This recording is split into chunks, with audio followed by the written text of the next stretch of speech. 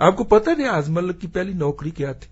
کیا دادا جی؟ فوج کے ایک یونٹ کے اندر پنڈی میں جو ٹیوبویل بند کرنے اور کھولنے کی ملازمت ہوتی ہے نا، ٹیوبویل آپریٹر. جی ٹیوبویل آپریٹر بھی بڑا ہوتا ہے اس سے. یہ تیسرے گریڈ کی پوسٹ ہوتی ہے، جس نے لاگ بک میں لکھنا ہوتا ہے کہ این بجے بجلی آئی، این بجے بجلی گئی، میں این بجے ٹیوبویل چلایا، این بجے میں ٹیوبویل بند کیتا، بس. اوکے. اور ایک ٹوٹی ہوئی وان کی چارپائی ہوتی تھی جس پہ یہ لیٹا ہوتا تھا. اب آپ پوچھیں گے کہ پھر سفر کیا شروع ہوا؟ جی جی ہوا کیا؟ ہمارے سسٹم میں لیکونا ہے نا، اس کو اس نے انجوائے کیا. چکی میں کیسے دادا جی؟ ایک چھوٹا سا وہاں پہ ٹھیکہ تھا، کام تھا، چھوٹا سا کام تھا، اتنا چھوٹا کہ جس کو لوکل کمانڈر جو ہے وہ دے سکتا ہے، اس کے اختیارات میں. ٹھیک ہو گیا جی دادا جی. ریاض ملک صاحب جو کہ وہاں پہ ٹیوبویل آپریٹر بھی تھے، انہوں نے کہا کہ یہ ٹھیکہ مجھے دے دے. ٹھیک ہے. کمانڈر صاحب نے کہا ہوگا لے لے. کمانڈر صاحب نے کہا چلو اپنا ہی منڈا تھے کام کرن دے. اب ہوتا یہ ہے کہ وہ ٹھیکہ جو ہوتا ہے نا، جی دادا جی، جب وہ آپ کو ٹھیکیدار کے طور پہ فائنل کر دیا جاتا ہے تو چیزیں خریدنے کے لیے 30% کے قریب آپ کو ایڈوانس میں رقم دی جاتی ہے. رقم ایڈوانس میں دی جاتی ہے. ٹھیک ہے. ٹھیک ہو گیا. جو ٹینڈر کا پروسیجر ہے، ٹینڈر کا پروسیجر ہے کہ جب آپ کا ٹینڈر اپروو ہو گیا تو 30% کے قریب آپ کو رقم ایڈوانس میں دے دی جاتی ہے. جی ٹھیک. کمانڈر صاحب کو یہ نہیں پتا تھا کہ 7 اور جگہوں سے بھی، وہ ویسے میں بتا دوں پول لگانے کا ٹھیکہ تھا.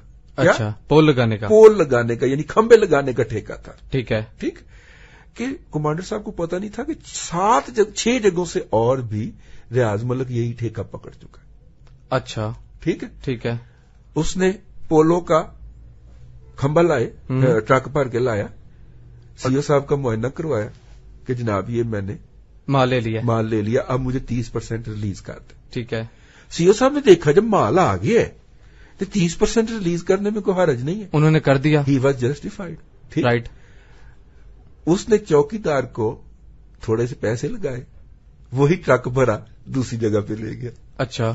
وہاں پہ انسپیکشن کروائی، تیسری جگہ پہ لے گیا. 6 جگہوں سے اس نے 30% لے کے سیم مال دکھا کے نا ایک خط لکھ دیا کہ میرے مالی حالات اس بات کی اجازت نہیں دے رہے کہ میں کر سکوں اس ٹھیکے کی تکمیل، لہذا میں نے جو آپ کو کھمبے دیے تھے وہ آپ کانفسکیٹ کر لیں. ٹھیک ہے. تسی اپنے گھر خوش، اسی اپنے گھر خوش. اور کھمبے تھے ہی نہیں. کمانڈر سی او صاحب نے جب پوچھا تو پتا چلا کہ چوکیدار نے تو وہ اٹھوا دیا تھا. آپ چوکیدار کا کیا کر لیں گے؟ اس کو پٹھو لگا دیں گے، کچھ بھی کہیں گے، وہ کہیں گے غریب کورٹ مارشل کر دیں گے. نہیں پاسبل نہیں. ٹھیک ہے. ٹھیکے کی رقم کا 2 گنا کما کے مصروف وہاں سے نکل گیا. ٹھیک ہو گیا. سمجھ آ گئی.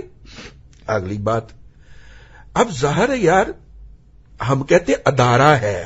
جی جی. اب دیکھو وہ شخص ادارے کا مذاق کیسے اڑا رہا ہے. اس کے بعد یہ اس نے پنڈی میں واردات ڈالی ہے، وہاں سے اٹھ کے وہ ٹیکسلا چلا گیا. ٹیکسلا میں اس وقت HMC بن رہی تھی، ہیوی میکینیکل کمپلیکس. اچھا، وہاں پہ بھی اس کی 4 دیواری بننی تھی اور چینیوں نے یہ شرط لگا دی کہ اس کی 4 دیواری جو ہے وہ سیمنٹ بلاک سے بنے گی. ٹھیک ہے. ہمارے دل میں، ہمارے سینے میں بڑی بڑی داستانیں، سامعین کرام کیا بتائیں آپ کو. وہاں پہ جا کے انہوں نے کہا کہ جناب کس سے بنے گی؟ کنکریٹ بلاک سے بنے گی. یہ ان کی شرط تھی. لہذا اس نے ٹینڈر دیا. وہ ٹینڈر، اس کو سسٹم کا پتا تھا، اس نے پیسے ویسے لگا کے ٹینڈر اپروو کروایا. انہوں نے کہا جی پہلے آپ ہمیں کنسٹرکشن سائٹ کا بتائیں. ٹھیک ہے. جہاں پہ آپ یہ بنائیں گے. ٹھیک. اگر آپ اسلام آباد سے GT روڈ پہ جائیں ٹیکسلا تو آپ کے رائٹ ہینڈ کے اوپر اور لیفٹ ہینڈ کے اوپر پری کاسٹنگ کی بہت زیادہ فیکٹریاں آپ کو ملیں گی جہاں پہ سیمنٹ کے گارڈر اور بالے اور وہ باندھتے ہیں. جی ٹھیک ہے. ان میں سے کوئی میل بند پڑی تھی. اس نے مکتا وہ چوکیدار کے ساتھ. اچھا. اس نے جا کے چوکیدار کے ساتھ ہٹی سٹی کی. ٹھیک ہے. کہ کوئی بھی بندہ آ کے تم سے پوچھے تو کہنا فیکٹری ملک ریاض تھی. ٹھیک ہے. ٹھیک. اس کے بعد وہ چائنیز جو آئے ہوئے تھے ان کو اور پاکستانی حکام کو لے کے اس کے معائنے کے لیے پہنچا اور دکھایا کہ یہ دیکھیں یہ میرا سیٹ اپ ہے، یہ جیسے ہی آپ پیسے دیں گے تو ویسے ہی ہم آپ کو مال دے دیں گے, کنسٹرکشن شروع کر دیں گے, ٹھیک ہے, اور 4 دیواری بن جائے گی. یہ سب سے لمبا ہاتھ تھا اس کا, ٹھیک ہے. پوری HMC کی 4 دیواری کی کنسٹرکشن کا 30% جو اس وقت کروڑوں روپے میں تھا, لے کے غائب, ٹھیک ہے, وہ لے کے غائب ہوئے. انہوں نے فیکٹری سے چھاپا ماریا, پتا چلا تو فیکٹری ہوتی نہیں گئی, تو چوکیدار سے مالک تک پہنچے. مالک نے کہا جی ہمیں تو پتہ ہی نہیں, اس نے چوکیدار کو فارغ کر دیا. یعنی پاک فوج جیسے ادارے کو اس نے دوسرا تھوک لگا دیا, اور کروڑوں سمیٹے اس بندے نے, کروڑوں سمیٹ کے وہ وہاں سے بھاگ گیا کراچی. پتہ اس کو چل گیا ہوا تھا کہ فوج کے سسٹم میں بڑی انی پڑی ہوئی ہے, ٹھیک ہے, ٹھیک ہے, فراڈ ہو گیا, اپنے بندے کو پینلائز کر کے وہ فارغ ہو جاتے ہیں کہ دیکھیں جی ہم نے قانون کے مطابق کاروائی کر دی. اب وہ سویلین ہے, اس سے ریکوری کے لیے مقدمہ فائل کر دیں, اور مقدمات کا آپ کو پتا کچھ نہیں بنتا. وہاں پہ جناب جب یہ گیا, اور اس نے پھر جا کے وہاں پہ بحریہ کے چھوٹے موٹے ٹھیکے لینے شروع کیے وہارف کے اوپر. یہاں پہ جناب باڑ لگنی ہے, یہاں پہ 4 دیواری ہونی ہے, یہاں پہ پھول بوٹے لگنے ہیں, اس طرح کے ٹھیکے تھے. ایک دن نا ایڈمرل منصور الحق صاحب دی بیگم نو گیٹ نا پسند آ گیا, جڑی انہاں دی آفیشل ریزیڈنسی اودا. اچھا جی, تانوں پتہ پھر جرنیلاں دیاں بیگماں تے کمال دیاں ہوندیاں نے. انہوں نے کہا مینوں شام تو پہلے دروازہ جڑا نا یہ چینج چاہیے, ٹھیک ہے.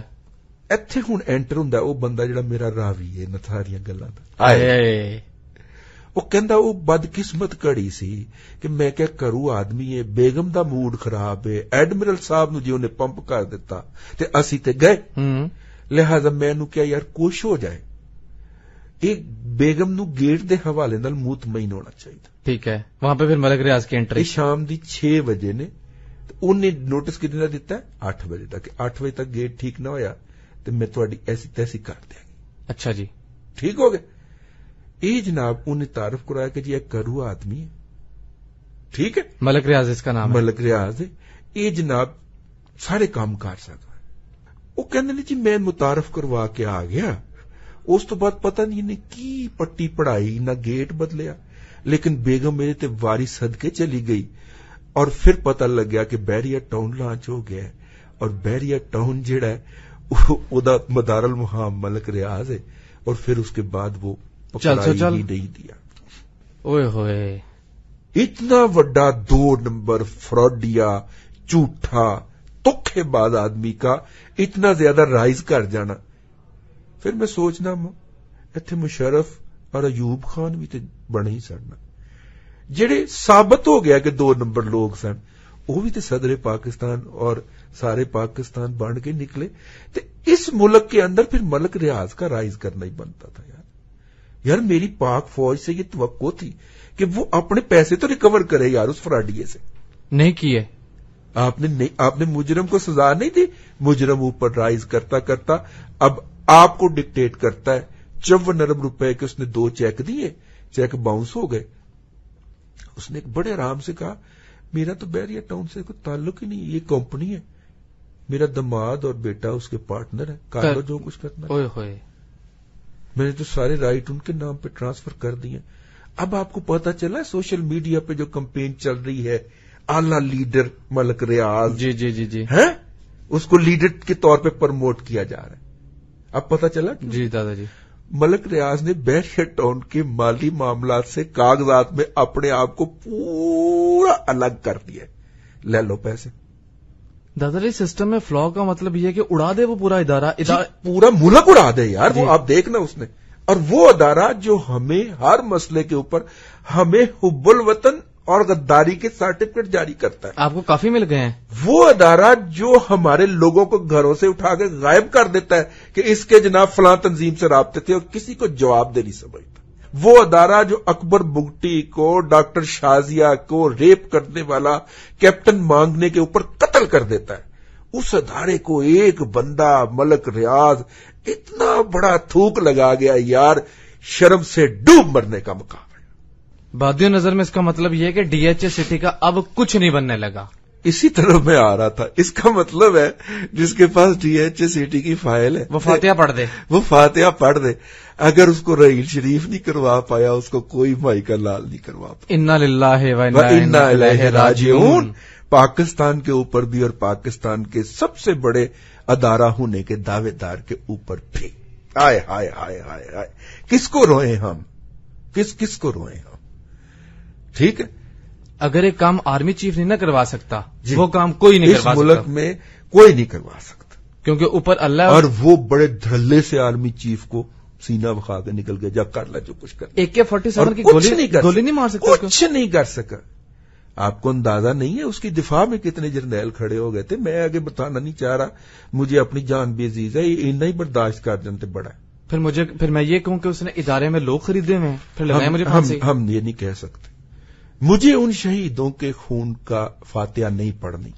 میرے اندر جب تک سانس میں سانس ہے, میں ان شہیدوں کے لیے آواز اٹھاتا رہوں گا, ہر فورم پہ اٹھاؤں گا. جہاں تک میری سانس میں سانس ہے میں بولوں گا, بول نہ سکا بھونکوں گا. ان بچوں کا جو اس وطن پہ قربان ہوئے, ادارے کے بچے تھے, ان کا حق ان کو ملنا چاہیے. بھلے وہ ملک ریاض جیسے کسی فراڈیے نے کیا ہو, بھلے کسی جرنیل کی جتنی مرضی مجبوریاں ہوں, ان بچوں کو ان کا حق ملنا چاہیے. بیواؤں کے پیسے کھا گیا, اوئے ہوئے. اور بیوائیں بھی شہیدوں کی بیوائیں یار, ان کے پیسے کھا لیے. کوئی تو ادارہ جاتی غیرت ہوتی ہے. ویسے تو آپ بڑے کھڑے ہو جاتے ہیں, ہمارے چیف کی بےزتی نہ کرو, وقار کے لیے ہمیں پیغام بھیجتے ہیں کہ اس کے خلاف ٹویٹ بند کر دے. تو یار یہ بھی تو کسی کے بیٹے تھے نا, یہ بھی تو اسی ادارے سے کے لوگ تھے جن کے وہ پیسے کھا گئے. کوئی شرم کرو یار.